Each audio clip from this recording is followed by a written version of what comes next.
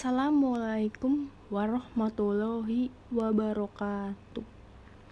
Perkenalkan, nama saya Siti Halima dengan NPM 19 10 63 10 70 124, kelas 6D PJKR.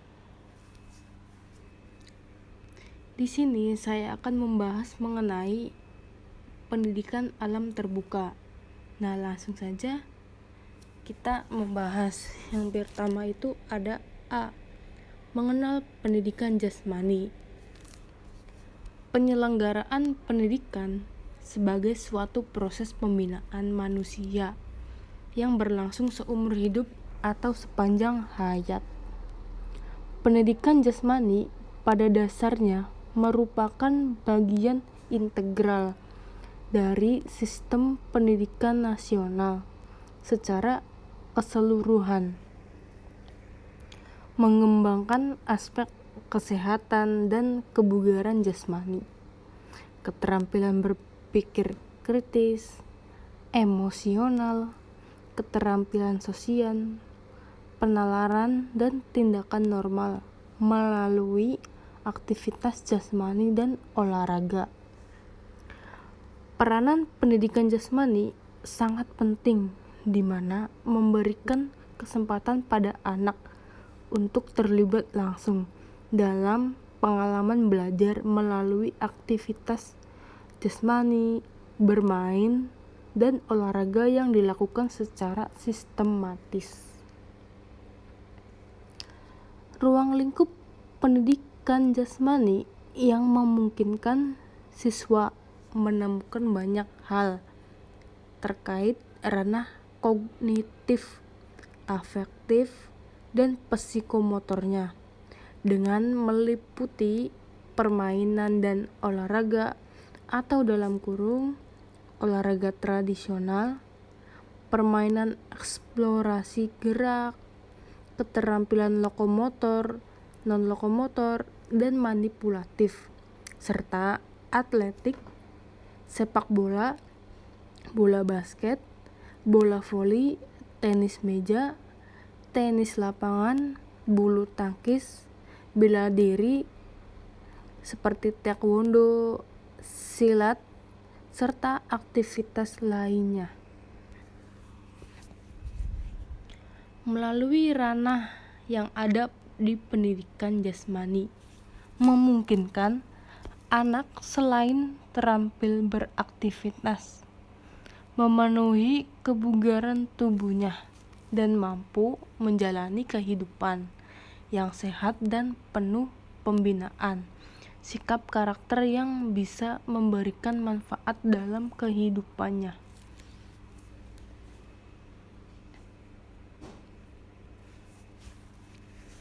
Tujuan dari pendidikan jasmani yaitu sebuah proses pembelajaran melalui aktivitas fisik yang didesain meningkatkan kebugaran jasmani atau mengembangkan keterampilan motorik, pengetahuan, dan perilaku hidup sehat dan aktif, yaitu yang dalam kurung sehat dinamis, sikap sportif, dan kecerdasan emosi dalam kurung karakter. Oleh sebab itu, posisi jasmani menjadi sangat unik, sebab berpeluang lebih banyak dari mata pelajaran yang lainnya untuk membina keterampilan dan karakter. Hal ini sekaligus mengungkapkan kelebihan pendidikan jasmani dari mata pelajaran lainnya yang berorientasi pada perkembangan intelektual. Maka, melalui pendidikan jasmani terbina sekaligus aspek penalaran, sikap atau dalam kurung karakter dan keterampilannya. Terus ada bagian B, yaitu membahas mengenal outdoor education atau outdoor study, yang berarti berbicara tentang pendidikan pembelajaran di alam terbuka, di mana guru atau orang tua mengajak anak-anaknya untuk melakukan kegiatan di luar rumah. Dalam lingkungan alam terbuka, banyak alih pendidikan menggunakan model kegiatan ini dalam pembelajaran. Metode yang digunakan outdoor study. Tentu saja kegiatan ini sangat menyenangkan, penuh kegembiraan, memberikan kesempatan setiap orang akan pengalaman atau rasa diri, mengenal dan membangun potensi dirinya, dan bisa berinteraksi dengan manusia dan alam lingkungannya. Outdoor atau lebih baik dikenal dengan kegiatan luar kelas atau di luar rumah.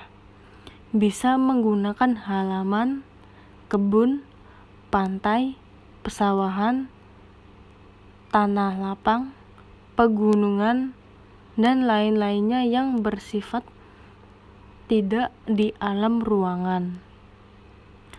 Kegiatan pun beraneka ragam, bisa bermain permainan tradisional, bermain layang-layang, bersepeda, berkemah di halaman rumah atau di sekitar rumah, berkebun, memancing ikan, mencari keong, mencari belut di sawah, dan masih banyak lagi kegiatan yang bisa dilakukan anak di luar rumah.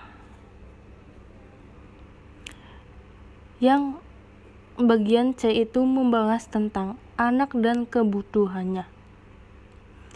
Di dunia milenium, dunia dengan teknologi yang begitu canggih, karena tidak heran sekarang anak-anak begitu nyaman di rumah, karena banyak sekali anak zaman sekarang itu bermain HP, bermain PS, atau lain-lainnya.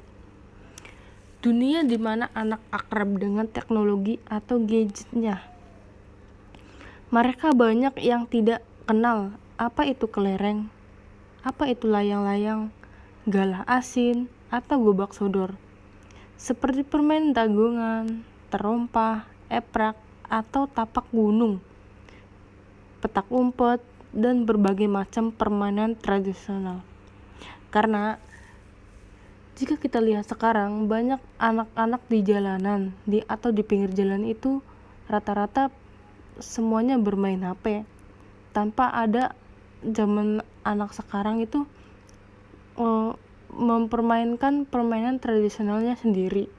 Padahal jika dilihat, permainan tradisional itu tidak kalah asik dengan permainan gadget, karena menurut saya permainan tradisional itu banyak sekali nanti mengajarkan anak-anak lebih aktif pada kegiatannya dan lebih banyak mengenal orang-orang di sekitar.